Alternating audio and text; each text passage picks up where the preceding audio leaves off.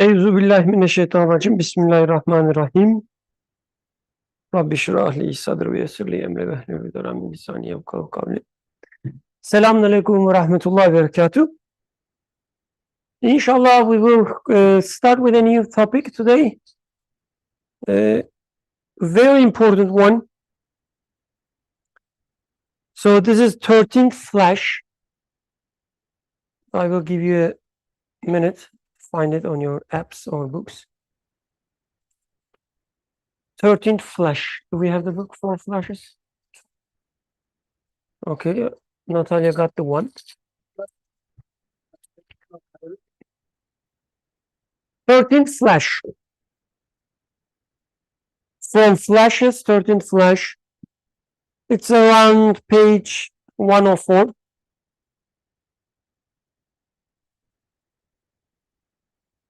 Okay, who will be the volunteer? We don't have Ahmed today.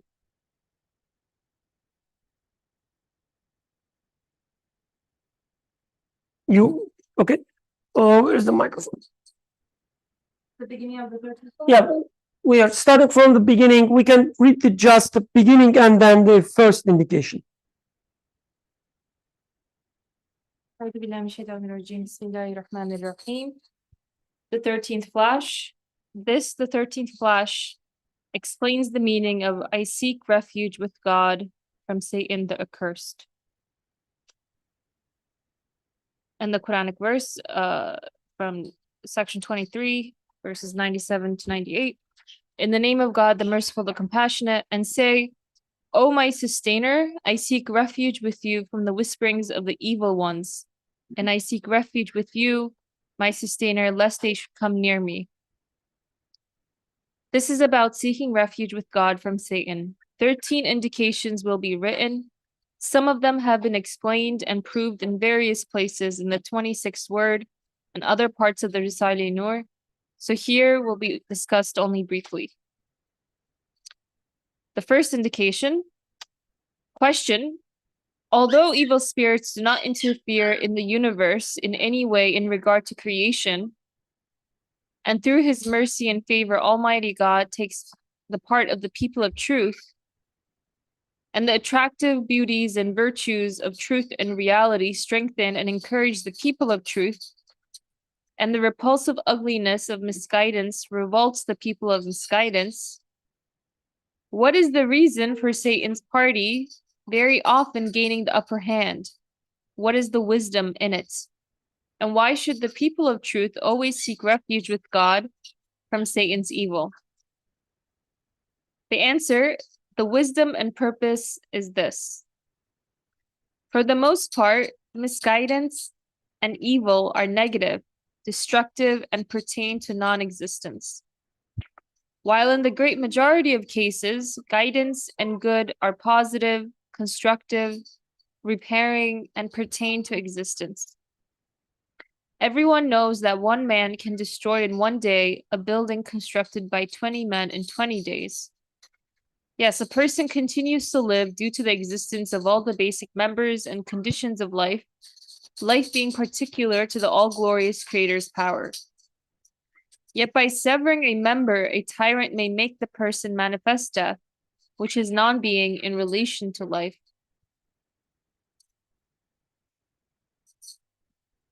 Yet by severing a member, a tyrant may make the person manifest death, which is non-being in relation to life. Therefore, the saying destruction is easy has become proverbial. In consequence, the people of misguidance sometimes triumph over the people of truth, who are very powerful with what is in reality a weak force. But the people of truth possess a stronghold so unassailable that when they take refuge in it, those fearsome enemies cannot draw close, they can do nothing. If they cause some temporary harm, according to the verse, and the end is best for the righteous, from section 7, verse 128, everlasting reward and profit make up for the damage. That impregnable stronghold, that fortified citadel, is the Sharia of Muhammad sallallahu alaihi wasallam and his practices, his sunnah.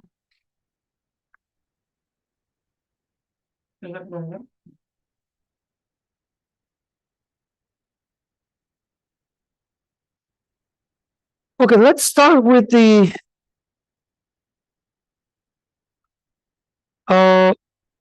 question.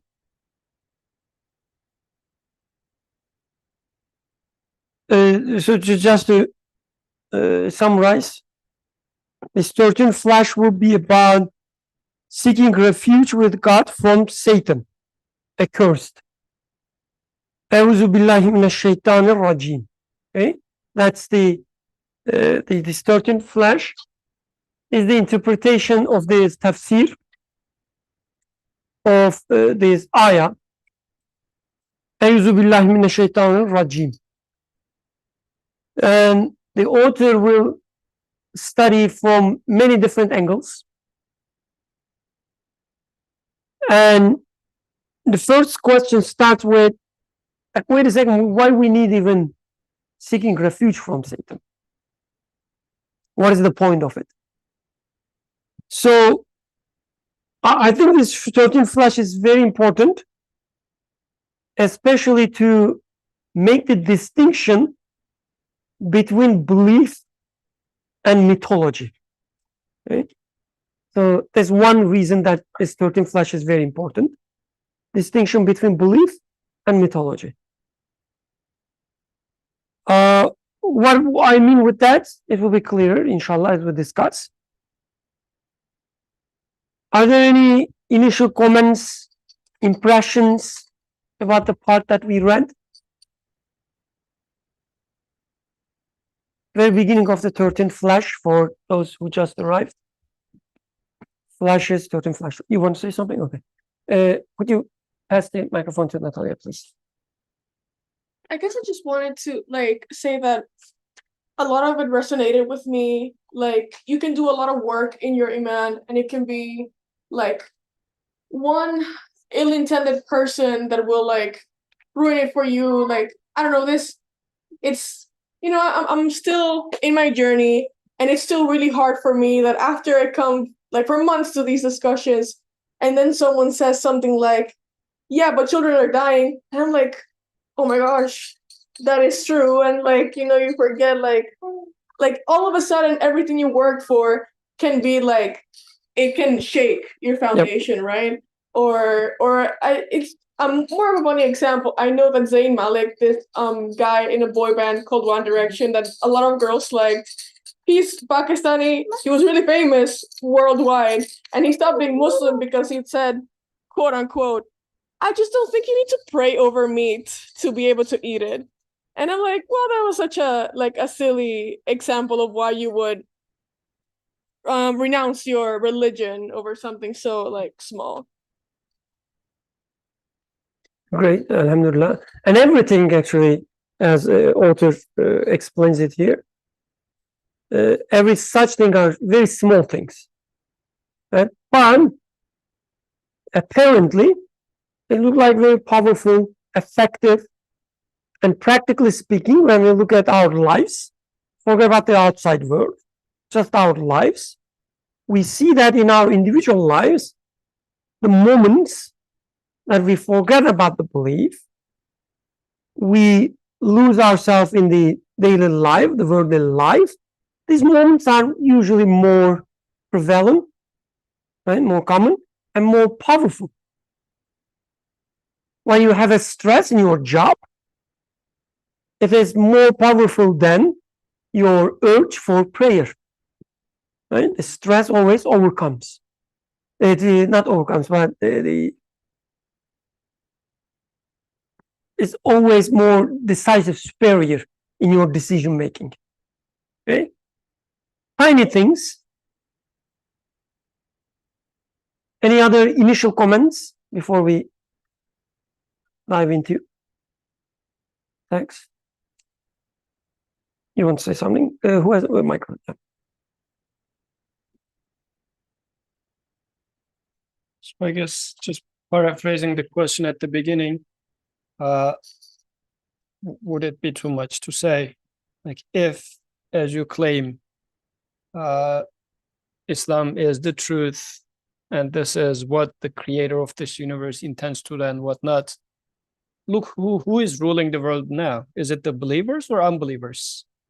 And then, because if it was really leading you to success in this life and the next, you should be successful in this life as well. Okay, let's say you'll be successful in the next, but look who's successful in this life. The farther away people from religion, the more advanced they are in society. And then they turn back and murder, kill the believers. And also within Muslim spheres, if you like, the more educated someone becomes, the more irreligious they become. So where's the truth? Because if this is the case, then what's the point of, despite all these, and we are seeking refuge in God from Satan and his party, his group, shouldn't Creator be helping us? Like, why is this happening? Jazakallah. I was talking to a friend, a colleague. He's from India. I said that before, probably for a few people. It will be repetition. So we're talking to him. I'm talking to him, asking some questions, trying to understand his stance with the religion, because in India it could be anything, right? So in a way, there was no need for me to further explore, because he said he was from the southern part, and directly after saying he's from the southern part, he said the people from the southern part are more educated, unlike people from the northern part who are more religious, right? Such a dichotomy, as you mentioned. And he was not, going against anything. Like, he was just talking about life, right? I didn't even mention him anything about the belief, religion, etc. This is how he was by default, right? More educated means less religious. More successful means less religious. I mean, you can find a few examples, of course. Oh no, we have also this one, that one, especially from the history. We said, oh, look at our golden ages, and with golden age we usually mean the part of the history where Muslims were good in medicine or math. Who cares about the belief itself, right? At that time, we were, making the best cars, like horses. That's the golden age of Islam, right? We can find such examples, but if you are honest, you look at the life in practice, and you say that there is a negative correlation between being religious and being successful. Why this is so, right? The question goes. Okay, let me read the question again.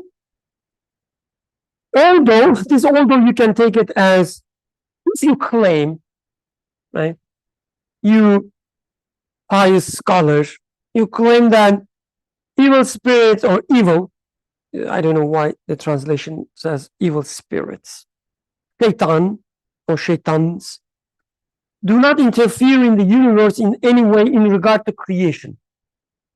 Shaitan doesn't have any creative power, you say. And through his mercy and favor, Almighty God takes the part of the people of the truth.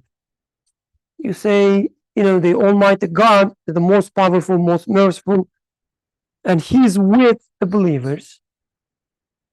And the attractive beauties and virtues of truth and reality strengthen and encourage the people of truth. We have to study all these parts one by one. This is very important, because the claim, and we also make this claim all the time in these discussions, is that the truth itself is so easy to see because it's so powerful, so clear, so beautiful. This is the truth, right? And the asker of the question says, if this is the case, and the repulsive ugliness of misguidance revolts the people of misguidance, again, another important thing we keep saying, that this belief in itself, by virtue, is ugly, repulsive, and Again, if this is so,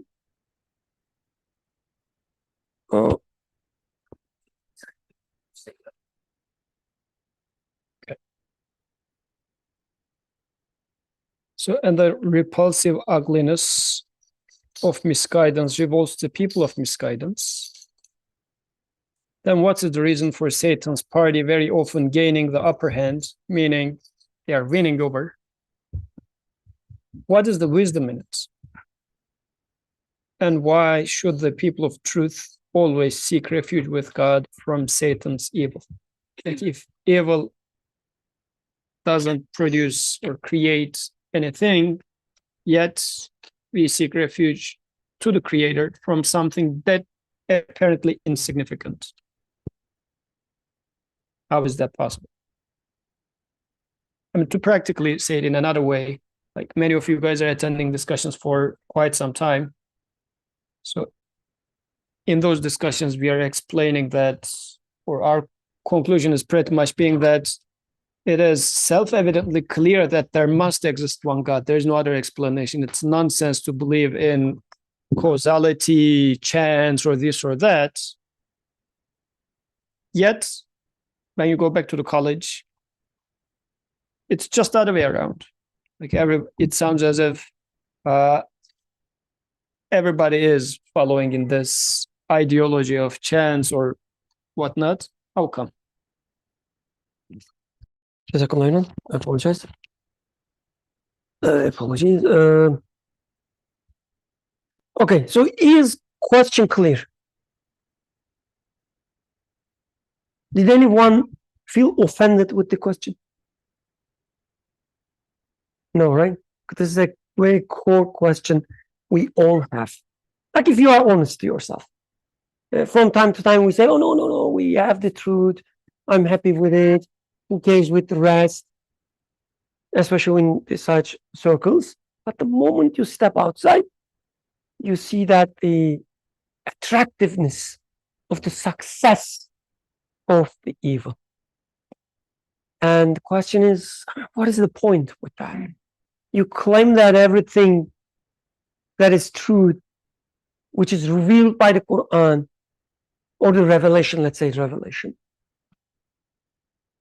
is self-evident, so beautiful, so attractive, so people should be attracted towards it, and everything about the misguidance, disbelief is so ugly, repulsive, everyone should be disgusted with that. In practice, this is not true. Hence, maybe you are wrong.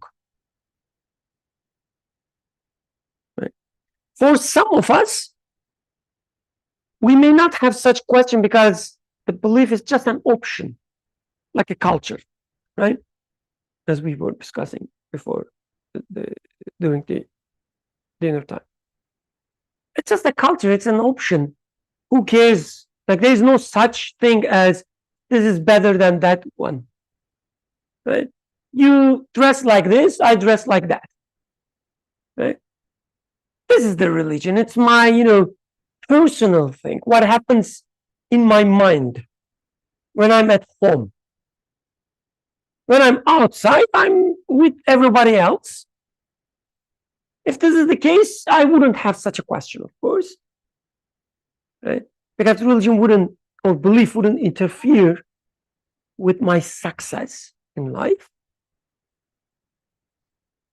So let's start from there, every part of the question. Like I like to start, especially with the attractive beauties and virtues of truth and reality strengthen and encourage the people of truth. Is that so? What do we understand from that? The truth is so beautiful, so attractive, and it strengthens and encourages the people of truth.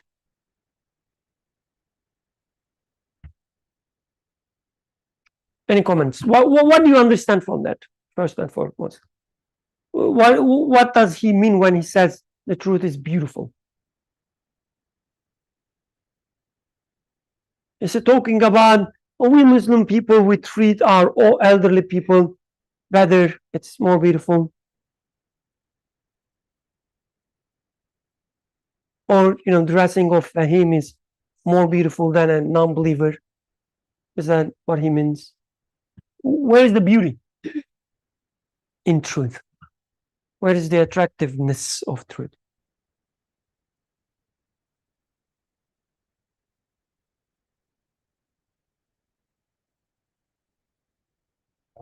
Come on, it should be so obvious, so easy.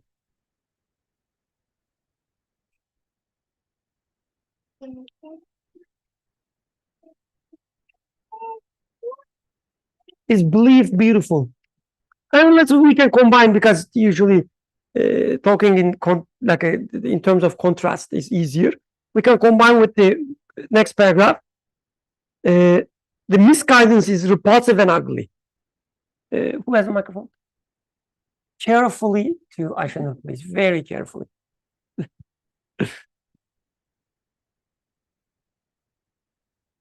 Assalamu alaikum.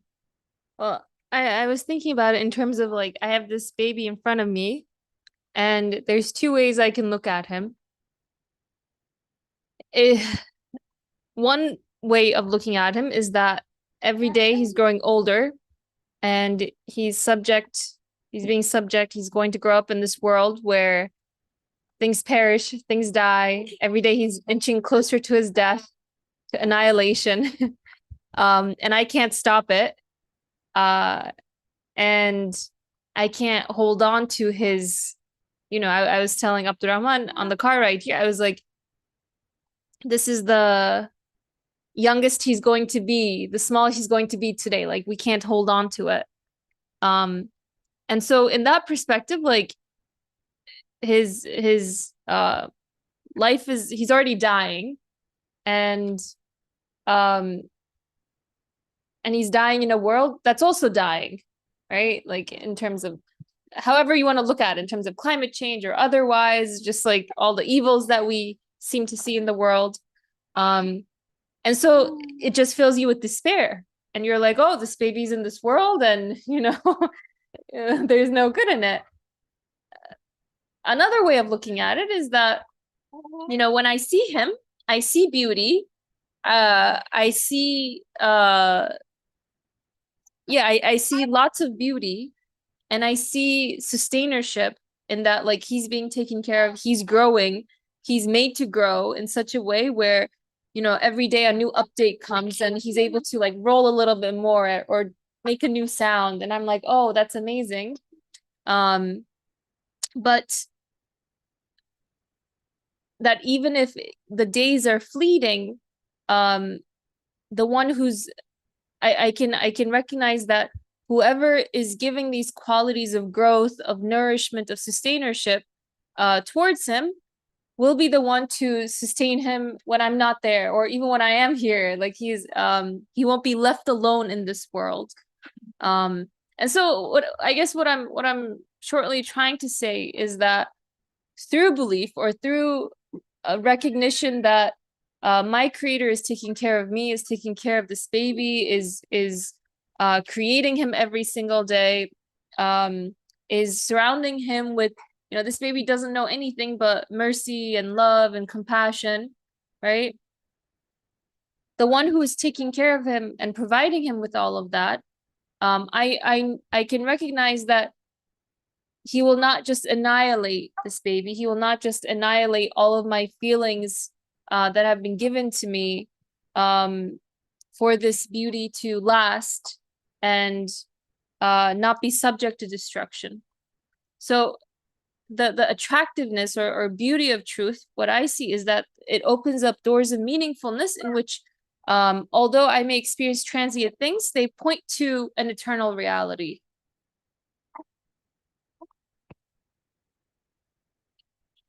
And that eternal reality is something that I realize my heart desires very deeply. As we discussed last week, you love the truth, and you do not like the misguidance. Go ahead, please. So like what happens, for example, it happens quite a bit with when somebody steps out of their religious circle into college. Like this is how it was with me, or I do see this with the parents. They're afraid of sending their children to another city for college. Why? Because the child is doing the prayers and whatnot when at home, let's say. But when they go to college, there's this college life, and the child is going to get spoiled in the sense of you leave the religion. Or you attend discussions for 3 years, 4 years, let's say, and then you go to another city where you don't find the environments. And then you just go there and like back and forth to the job, and you realize that within half a year, you even maybe stop praying. Like for that many time, I realized and experienced how beautiful Quran's message was, how it was transforming my world. Then I get into a small group of people which are maybe talking about, I don't know, just partying or whatever. In like 1/8 of a time, I start changing my ways, for example. This is practical, I guess you can sense in your lives. Or even sometimes if you stop building or stop studying Quran, you stop going backwards. So this is a phenomenon that I'm going through. So why is that happening? Like, is there something wrong with the supposed beauty of the message that I thought I was experiencing? Or is it that the Satan, and we need to, I guess, discuss what Satan is so strong, although it was not supposed to be, because this is contrary to what I used to study for that many years, that there's no Satan do not create anything. So why is that happening?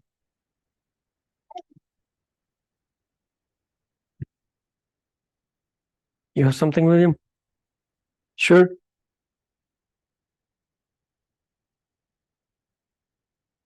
Anyone else? Questions, comments? Okay, if not, I can share my understanding with the beauty and attractiveness, ugliness and repulsiveness.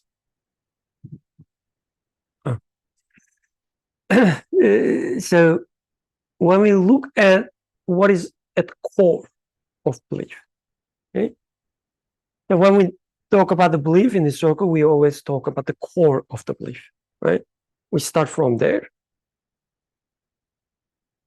So when we look at the core of the belief, we see that the main teaching is look at the things and see how they come to existence, how they are created, how they exist there.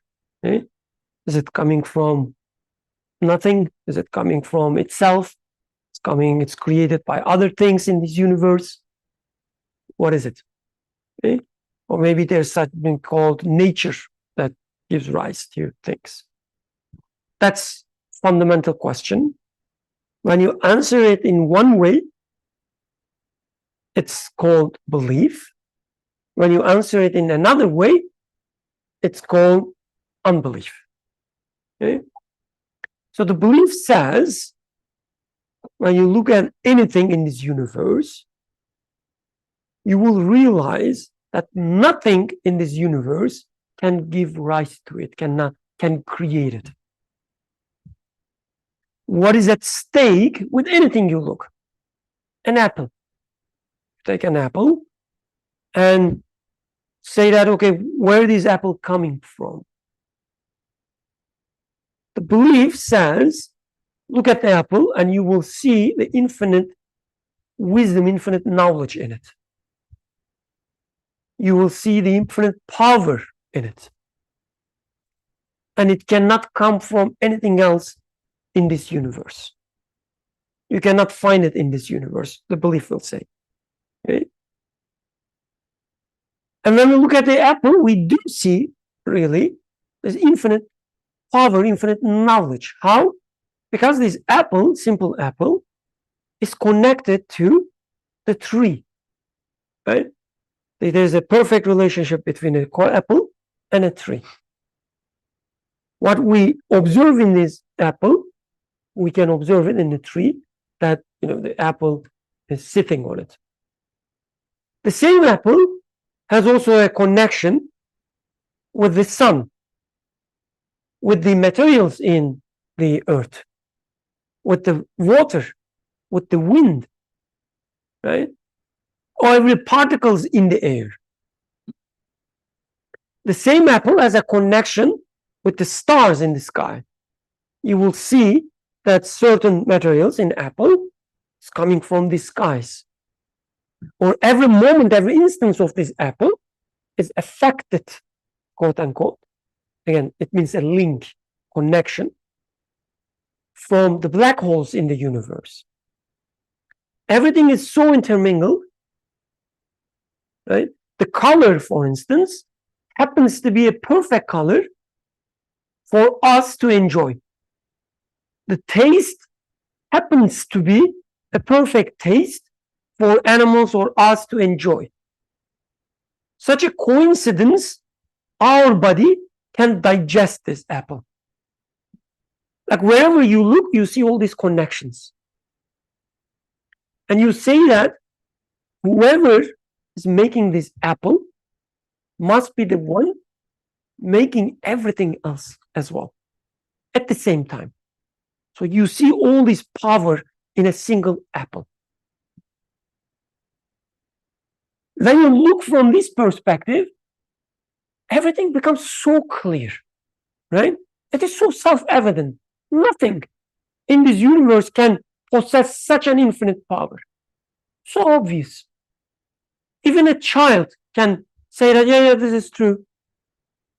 Oh, Daddy, I cannot create an apple, a child would say.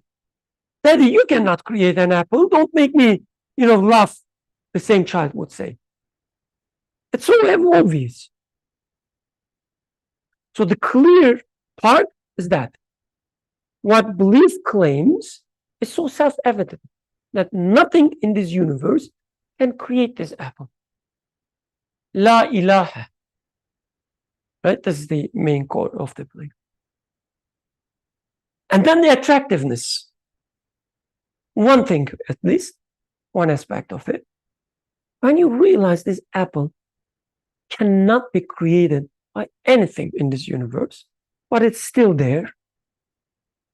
And when you look at it, you still see that through these connections.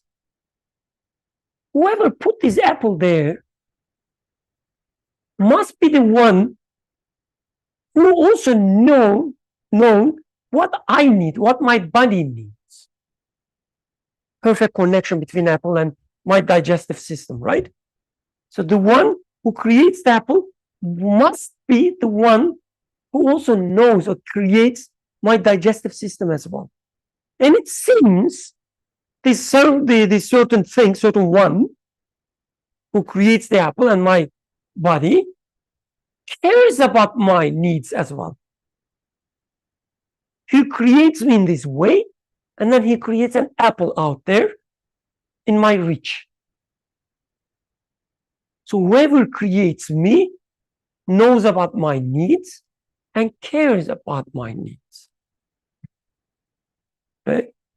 I use the same logic for every instance of my life, and I quickly realized, oh yeah, since my first conception, forget about the born even, first conception as a single cell, right? All the core fundamental needs of mine were sustained.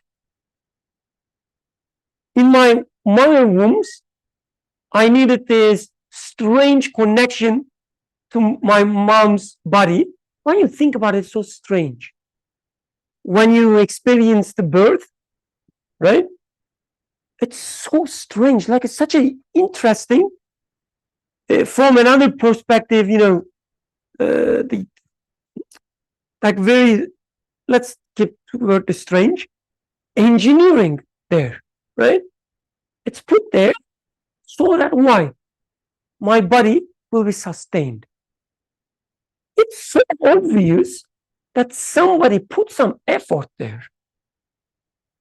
Like my mom didn't even know about her body. She didn't even know what placenta was.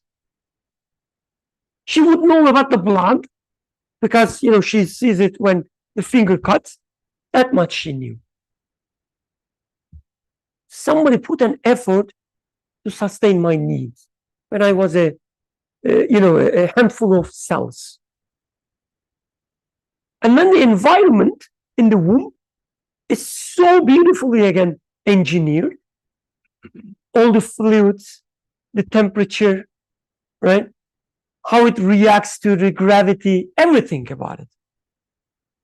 Like, you cannot finish studying it after, even when you write like the hundreds of PhD theses. It will not end. Just the placenta and, things around it. Somebody put an effort there. It's so obvious. Somebody, cares about me. And then my mom gave birth to me. I had completely different needs. The placenta will not work anymore. It should be through my the mouth, the nose, right? And other means that I need to be sustained. Voila, such a coincidence. Everything is there. Right? As I see that every moment, radically different needs and radically different sustenance. Always there. As if somebody is trying to prove me something. Whatever need you have, I will satisfy. As if somebody intentionally changing my needs so dramatically. And then in an instance, these dramatic needs sustained again. With such an ease. My mom, again, didn't know what to do. She just pushed, screamed, and then needs sustained. As I get older and older, all these needs changing, sustenance always there, right? This is the lens of the belief. It's not about, we worship this God, we do 5 times prayer, etc., etc. No. Belief says you have these needs. They cannot be sustained by anything else in this universe, yet they are sustained. This is the core of the belief. And when you look at it, you see something so beautiful, so attractive. Whatever I need, it's being sustained. Somebody takes care of me. Somebody loves me. It's so obvious. Such a beautiful, attractive, and self-evident truth. What is misguidance says? Help me. Not because you are an expert, but I need a bread. What misguidance says about the same thing? You have the microphone. What does it take? Who wants to help me? What misguidance says as an alternative? Unbelief. Yusuf.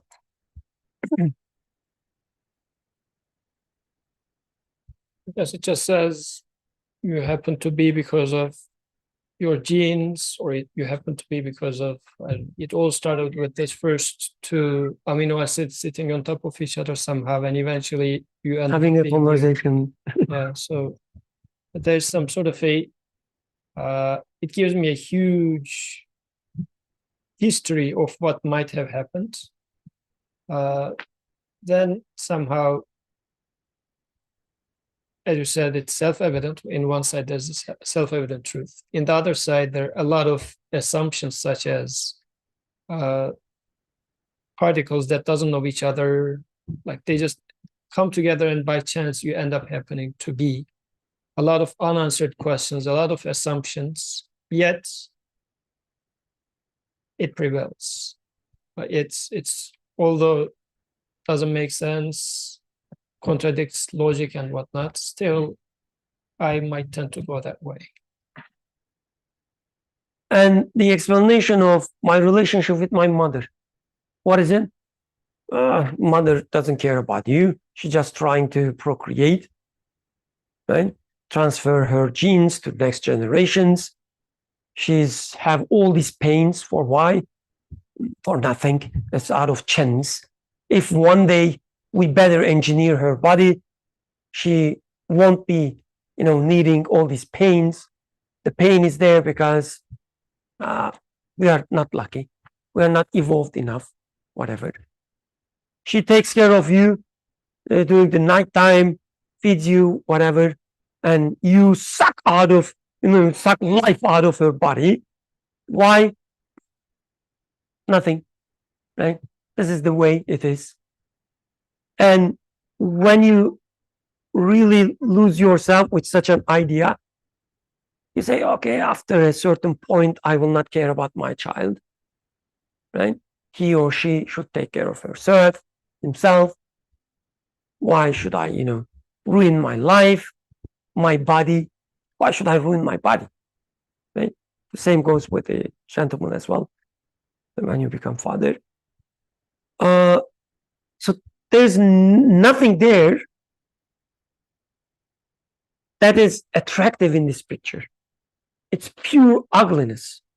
The fact that the child sucks milk out of mom's body is nothing but a torture. I mean, if you are honest, the moms would know that better. It's painful, right?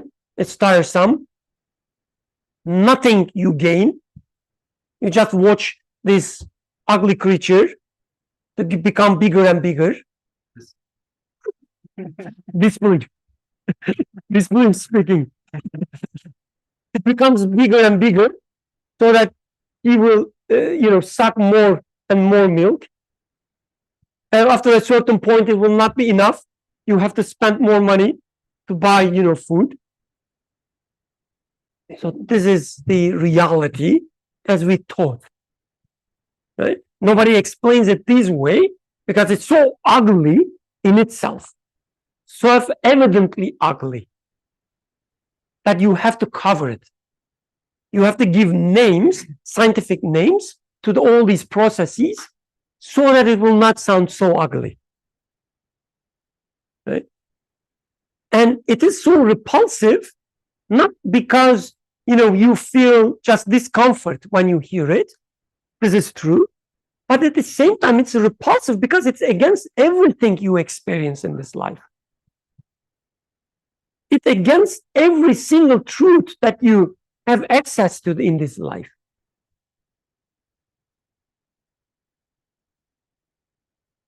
Okay, I'm speaking too much, so please, your comments, questions, the parts that are not clear or convincing.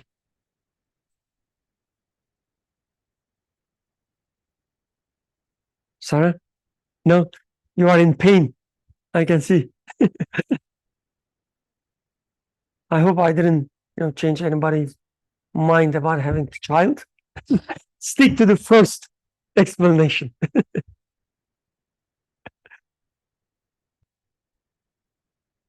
Okay, in the first part, we talk about the beauty, attractiveness, self-evidence of the truth, the belief, and then the ugliness, repulsiveness, and self-contradictoriness of disbelief. And I would say, to the extent you see these sites as they are, the belief start meaning something stronger for you, right? It's something you can hold on. It's not just an option in life, but it's the path that you should be on. So let's continue with the rest of the question. Why we are seeking refuge from evil, and what is evil anyway? Maybe we can discuss this. There's something very interesting at the very beginning. Author says evil doesn't have any part in the creation. What does it mean? What do you understand with that? The evil or Satan doesn't have any creative power, any part in creation. Natalia, who has the microphone? Well, it is my understanding that Shaitan doesn't have like the power to create any outcome, right? Like he only whispers, but ultimately, like the power of control or creation is only with Allah, since he's the only one. And why do you think this question is important or even present? Like, where did the question come from? I think if I understand correctly, it's to take away, like, to not confuse the believer that Shaitan has any power to create, right? Like ultimately, I mean, I don't know what like obviously we know that the creator is only one, but then we also have like, again, just to not put responsibility on Shaitan and maybe put responsibility on ourselves for our decisions, and that ultimately Allah is the only one that can create anything. Okay, Jazakallah. Yusuf, please. So when the verse also says, "Say, O my sustainer, I seek refuge with you from the whisperings of the evil ones," or shayateen, Satans. "I seek refuge with you, my sustainer, lest they should come near me." Like, what is Satan? Okay, with your intro, there must be a maker, a creator. We understand that, it's self-evident. But what is Satan? Like, is Satan also a self-evident thing? Or because at the beginning you were saying that it shouldn't be mythology. Like, is the Satan thing in the first place? Is there such a thing? Or are we just talking about some, I don't know, mystical stuff? What is Satan? Is there such a thing that I am seeking refuge from? What is it that I am seeking refuge from? Jazakallah. Let's start from there, inshallah. Like, where is Satan? Like, where did the talkings about the Satan come from anyway? Like, why we are talking about Satan? What is it? So we can take it. We can approach such a question in two ways, or multiple ways, but two obvious ones. You can take it as a mythology, meaning somebody makes a story for you, and you just take this story as a story and say that this is my story, this is our story. We believe in that, you say. In that sense, the belief doesn't mean much. It's a very loose belief. Let's say just, I adopt this story for myself. Why? I happen to be part of this culture. My dad, my mom told me about this story, and I will keep believing in it. You can take it from that perspective. It's called mythology. Mythology doesn't have any reality in it. It's just a made-up story, just like the mythology of Greeks, right? There was a Zeus, there was a Hercules, whatever. It's just a story. So you can take the talks about, the discussions about the Satan in the same way. You can say that this is the part of the Islamic mythology. And what you're referring doesn't have any value in it. And it's just like a child's story. How it becomes a reality but not mythology? When you start from the reality, when you start from your experience, then you are talking about the reality. So what I mean with that, you look at your life and you see this beautiful apple, and you say that nothing in this universe can give rise to this apple, as we discussed in the first part. It is being created. It must be being created by the most powerful, most loving, most merciful one. whoever it is. Right? It must be that way, you say. At the same time, the next moment when you look at the apple, you see that it is rotten. It doesn't taste good anymore.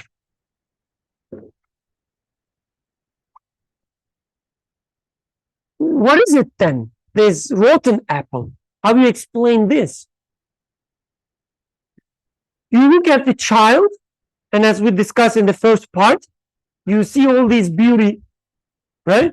All this wisdom, all this mercy. When you look at the child, you say, there must be one who creates such a beautiful thing. But then the next moment, or in another part of the world, the child dies. Somebody throws a bomb, and this beautiful thing happens to be in pieces. What is this then? Right? So this is the reality. Reality as if has these two sides, as if. One beautiful side, one ugly side. Author in the next, the future part of the same text, he will say, some people get lost into these two aspects and claim that there is one creator for goodness, another creator for evil. So this is the reality, okay? So this is where evil comes from, the idea of evil. The next moment, this beautiful child dies. Apple, rotten. You have beautiful fingers, and then there are wrinkled fingers. So this question, how do you explain this? Start taking. And then revelation comes and say that whatever is being created is created by the same source. Okay? Nothing has any creative power other than the same creator. And in reality, you can confirm that. When you look at the rotten apple, for instance, whatever happens to apple, you see again an infinite wisdom, infinite knowledge there. What happens an apple when it gets rotten still has infinite connections with the rest of the reality. The one that made the apple rotten must be the one who controls the sun, who controls the insects, who controls the earth, who controls the wind, the season, must be the one who makes the apple rotten. The one who makes a child that the body not functioning anymore, but something happening to this body, right? Getting rotten again. This process itself connected with the rest of the reality in the same way. Infinite power and knowledge is required to make a body get rotten. You say that whatever is happening, beautiful or not, must be created by the same all-powerful, all-knowledgeable one. Okay? So that's what it means, the evils doesn't have any creative power. Even when you see something apparently evil, even when you see something apparently evil, you will necessarily conclude that this creation as well must be created by the all-powerful one. You cannot explain otherwise. Once a teacher of mine, a scholar, she was saying, people asking me, if you believe in God, how do you explain these children dying? She says, I'm responding, how do you explain that without God? Somebody dying, what it means to die. the body changing its shape. How do you explain something happening to your body without a creator who has control over everything? How do you explain the color is changing, for instance? It's getting more and more purple-like. Right? How do you explain this without all-moving, all-powerful creator? I cut your finger, it starts bleeding. Apparently evil. How do you explain the blood coming out of your body without saying that it must be created by all-powerful, all-knowing creator? Otherwise, blood will not exist. Otherwise, blood will not move. Otherwise, your emotions when you see it will not change. Everything that exists must be created. Must be created by the all-powerful, all-knowing one. Even the apparently evil things. So that's the evil from a reality perspective, not mythology perspective. Evil doesn't have any creative power, or Satan doesn't have creative power, means when you see something apparently evil, you have to refer it to, attribute it to the same creator who creates a beautiful flower. There will be no other explanation possible.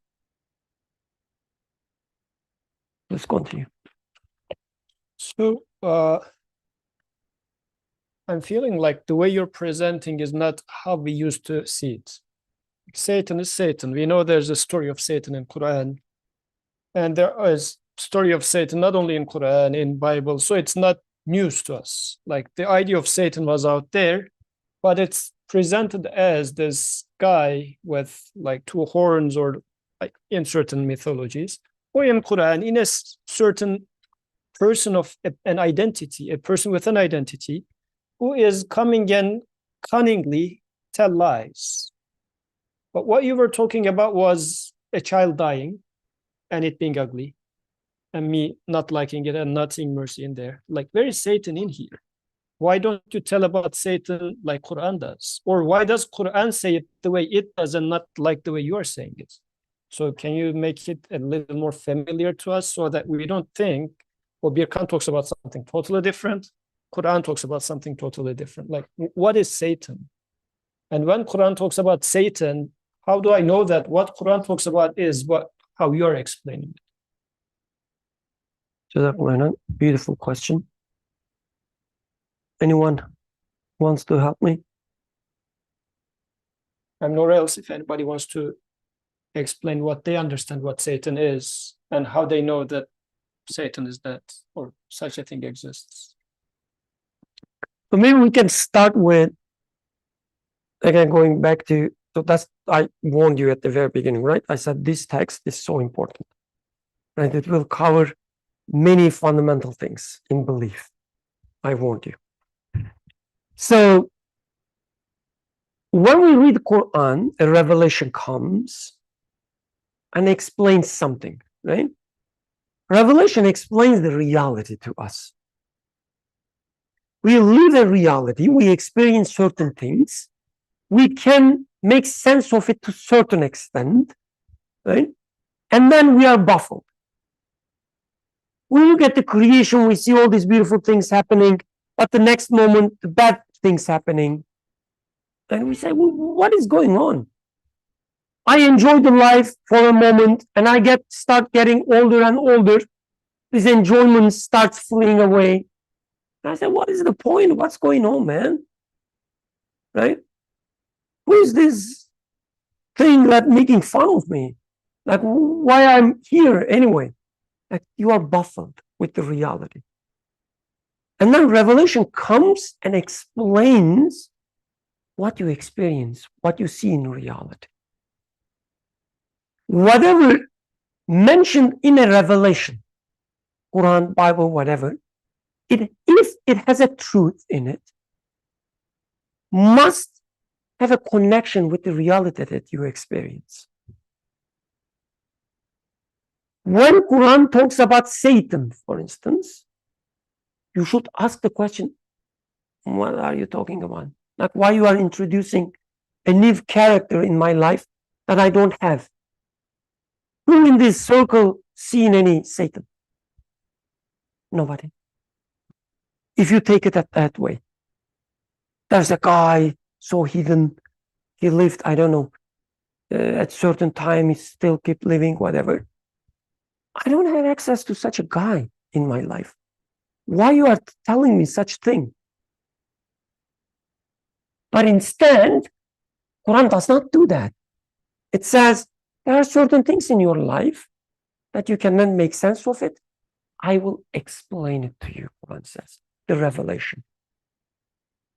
This aspect of your life that you call bad or evil or destruction, right? Quran says, I'm giving a name to it, what you experience. I'm giving a name to it, and I will explain it better to you so that you will understand your life better. Same goes with angels. Quran or revelation does not make up something new for us.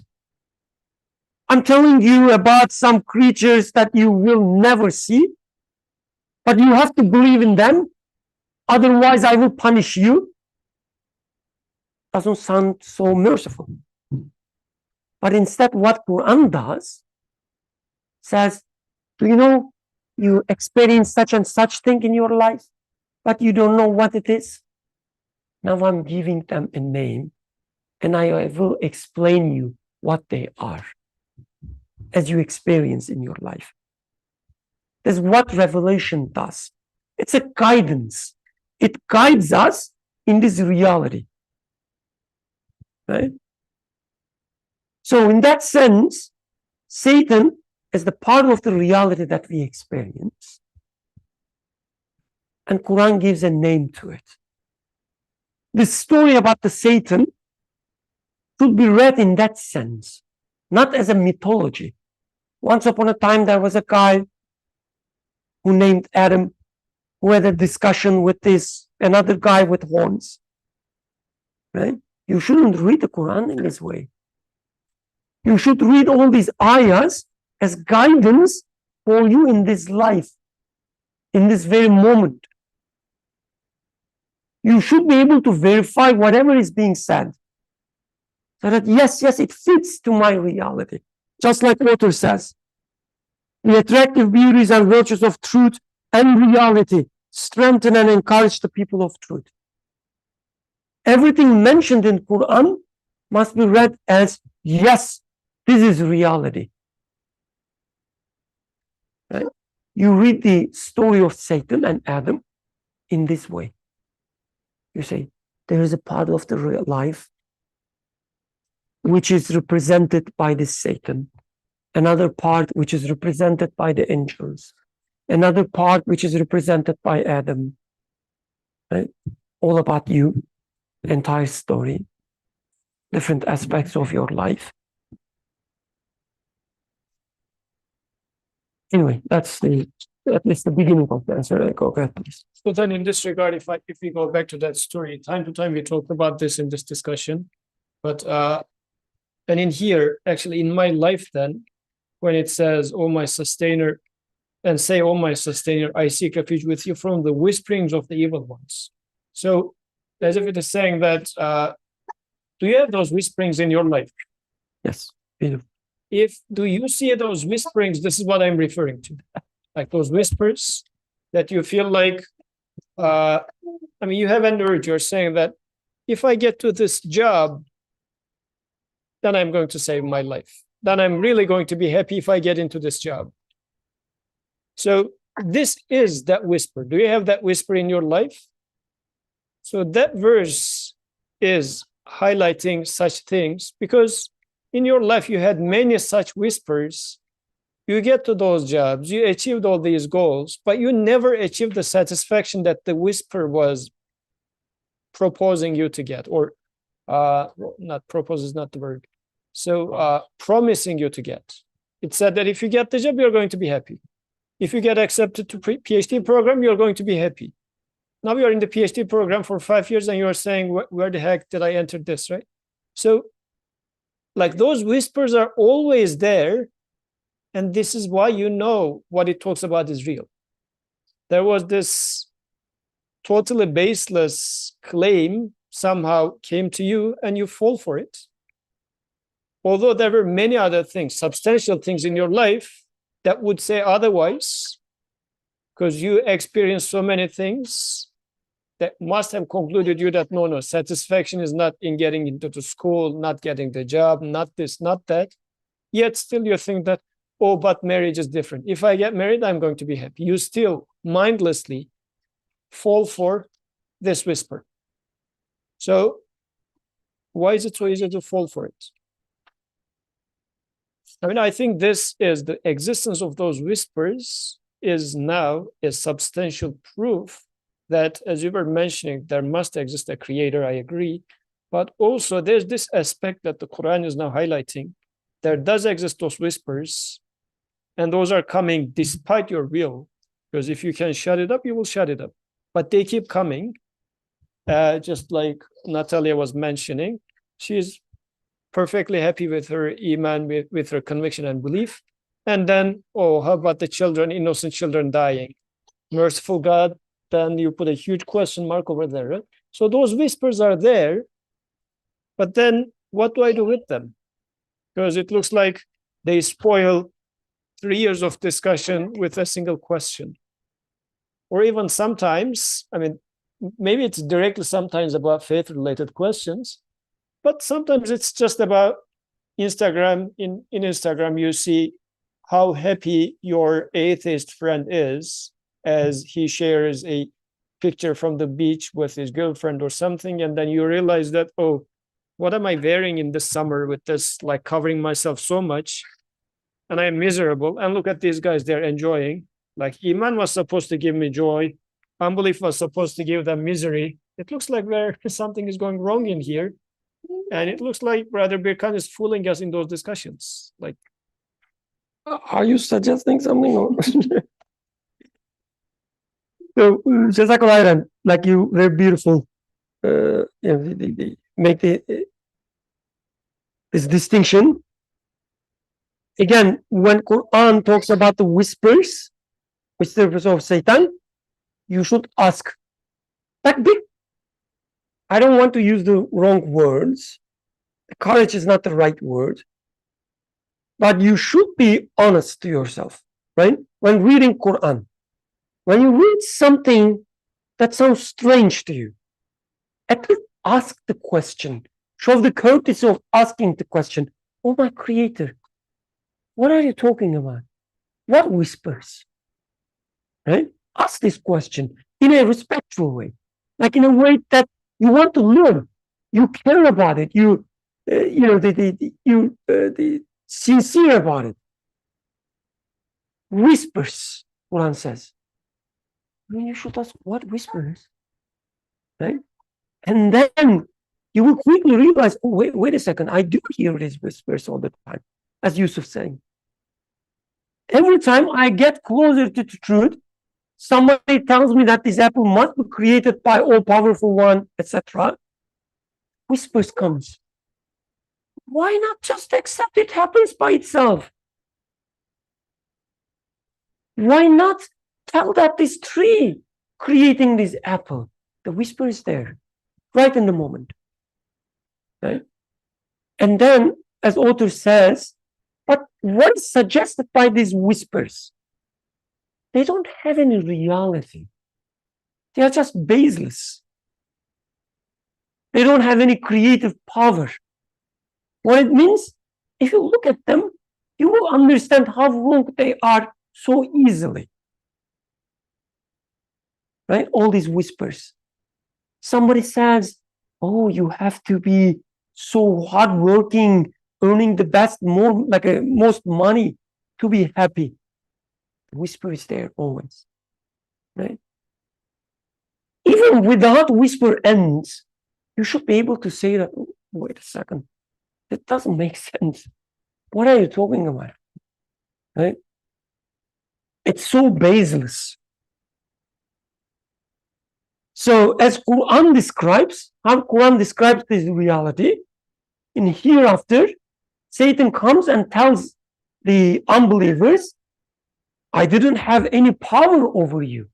I just called and you responded.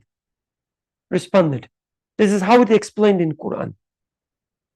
You should be able to apply it in your life and say that, yes, whenever I hear these baseless claims, they didn't have any power on me. They didn't have any reality. I should have been able to just disregard them easily. But for some reason, I chose to follow them.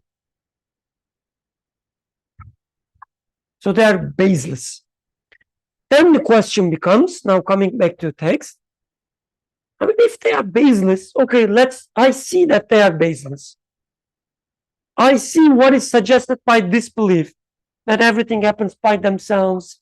We don't have any sustainer. Nobody cares about us. We are left alone in this universe.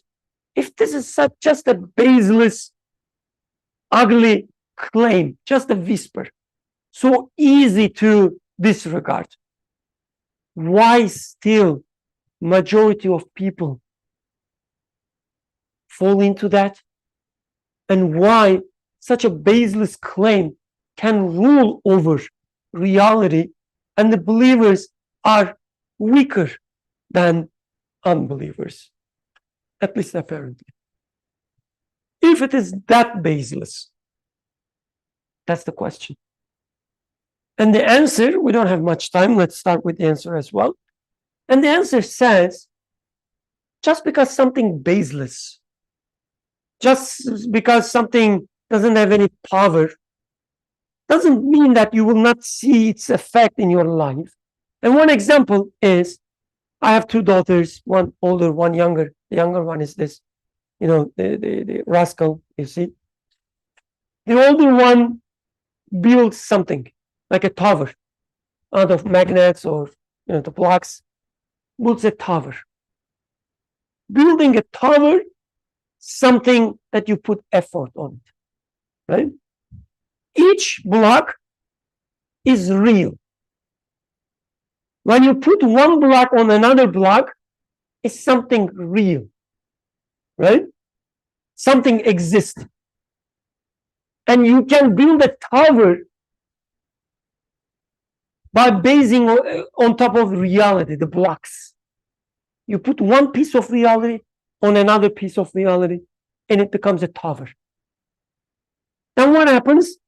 She comes, she starts smiling, and then the entire tower is gone.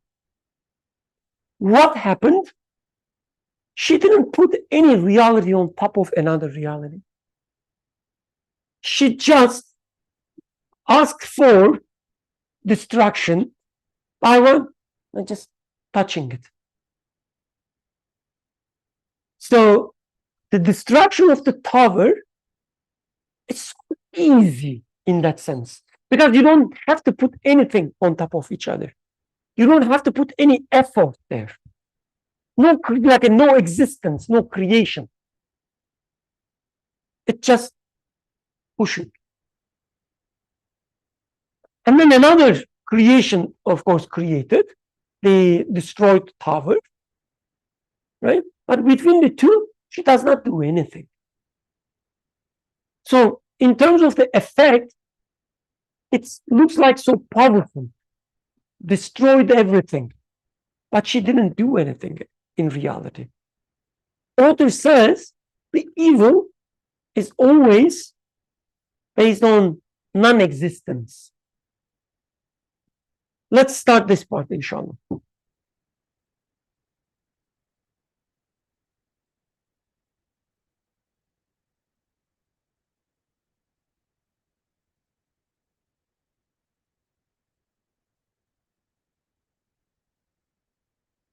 So let me read the part of the text that I was referring. misguidance and evil are negative, destructive, and pertain to non-existence. While the guidance and good are positive, constructive, repairing, and pertain to existence. Everyone knows that one man can destroy in one day a building constructed by 20 men in 20 days.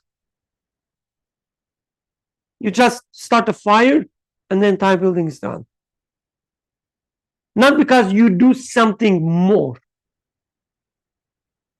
Right? And then he gives other examples. In consequence, the people of misguidance sometimes triumph over the people of truth, who are very powerful with what is in reality a weak force. My daughter's weak push destroys everything. What is it? The tower. But it looks like a very powerful thing. Just like in reality, everything is being created in within such a orderly fashion creation, right? The need, sustenance, all children are sustained. But some people decide to close let's say, what is it? Not the faucets, but the pipes, who carries water, certain region, to benefit from it, whatever. It's just this action, closing a pipe, turning off a pipe, and then the entire nation starts suffering from thirst. Apparently, it seems like so powerful. The country who decided not to give access to water to another country looks like making a very powerful choice, but in reality, it's as weak as this.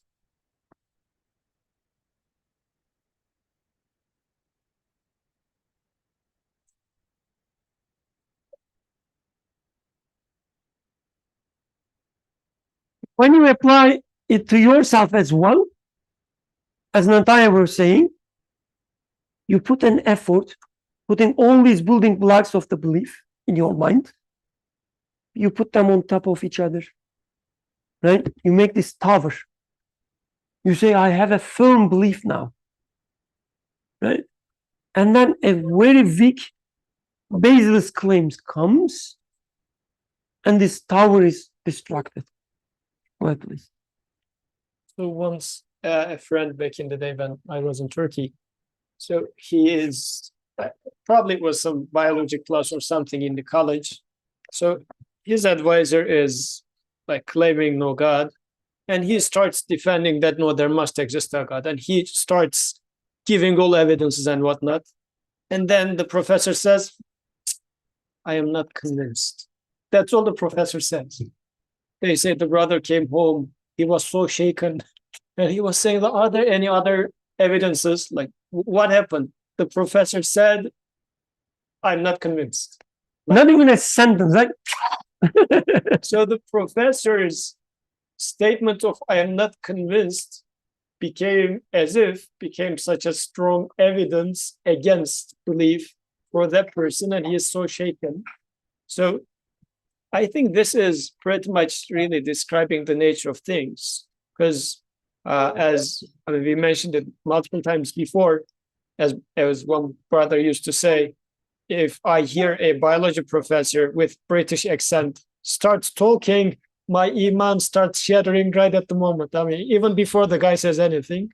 So like unbelief not having any support, any basis, still is shaking, because it is Destructive. It's just posing a question, maybe what if type of a thing. But then what is the protection from that?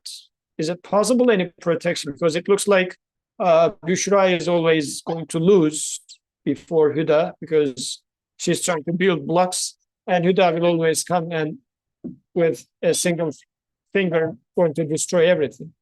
So are we doomed from the beginning?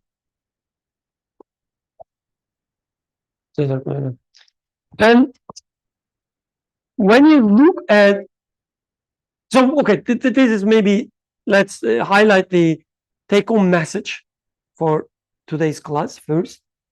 If one thing stays in your mind, it should be the disbelief, unbelief is always destructive, meaning it doesn't have any base in reality. It doesn't put anything on top of anything else. It just says no. That's it. And when you look at any claim of unbelief, you will see this pattern. Never, ever somebody can show you proof that something happens by itself. I say, oh, you see this beautiful apple? It must be created by an all-powerful creator. Don't you see? I say, right? And I put all these arguments, how it is connected to the rest of the universe, how it fits to the needs, etc., right? Claim. Whether it's coming from the best biology professor or physics professor, doesn't matter. The guy who, they rewarded by 7 Nobels. Nobel, how do I be pronounced? Nobel, yes, thank you.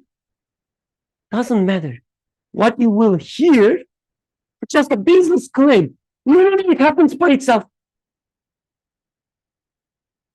Show me some argument. Like, give me any evidence that it happens by itself. You will not hear anything. You will hear some other, the whispers, talking about some equations, some processes, whatever. And you will ask the same question, but how this happens, you will never, ever get an answer. It will be always destructive. Meaning just saying that, no, what you are saying, I don't believe it. Why? How? I just don't believe it. I just, move my finger to destroy your tower. That's all. What about, like, I put seed, I put water, then plant comes out. If I don't put water, plant doesn't come out. So water makes plant, no? So that's what author talks about non-existence. You're talking about non-existence and then trying to explain non-existence. I don't put water, non-existence. The plant didn't come to life, whatever, non-existence. Trying to prove a non-existence using non-existence doesn't make any sense at all. A proper argument could rely on something exists and put another thing on top of it, which is exist, and show me another thing that is exist. That is the belief path. Explaining things through existence. Something that you can verify. For unbelief, it is always through non-existence. What if I do that or don't do that? If I do this, this happens. Okay, that's great. If I don't do that, which is non-existent, this doesn't happen. So what? What did you prove? What is the relationship between the two? Explain me. Nothing. It must be always an empty talk. That's what text says. That's what Quran says when says, saying that the Satan doesn't have any power on you. It's just the whispers. It means when it is coming from the best professor or ordinary people on the street. If somebody has a seemingly argument about unbelief, look at it carefully, you will realize it's based on non-existence. Nothing there that you can hold. Nothing there you can verify. It's always this way. It's just destructive.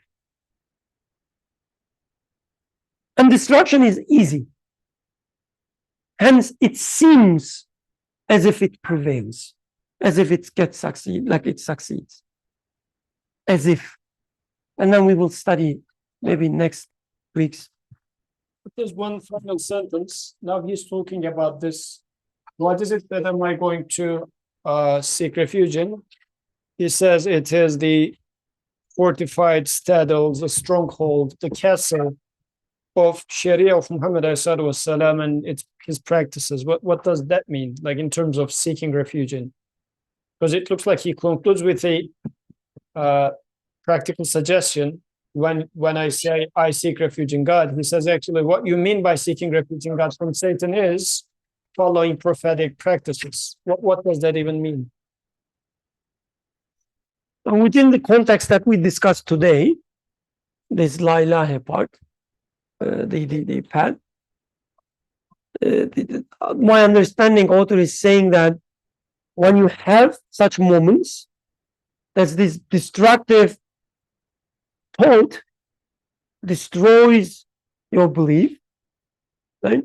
Seek refuge in the path or in the way that you learned from the prophet who brought you the revelation. What prophet taught you? He taught you this method that I'm keep talking about. Start from the existence. Try to understand what happens in your life. This is what prophet taught us. Say La ilaha illallah, meaning negate all these false idols in your life. Say that no, this apple cannot happen by itself. The sun cannot create it. A tree cannot create it. Use this logic, use this method, and you will be saved. This is what I mean.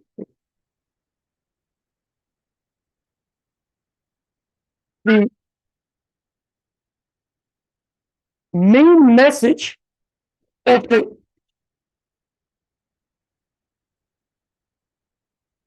main message of the prophetic teaching, we keep saying this, is La ilaha illallah. If we understand this, then we are saved from the Satan and his teachings to the great extent. But of course, it has other aspects, meanings as well that we haven't discussed today.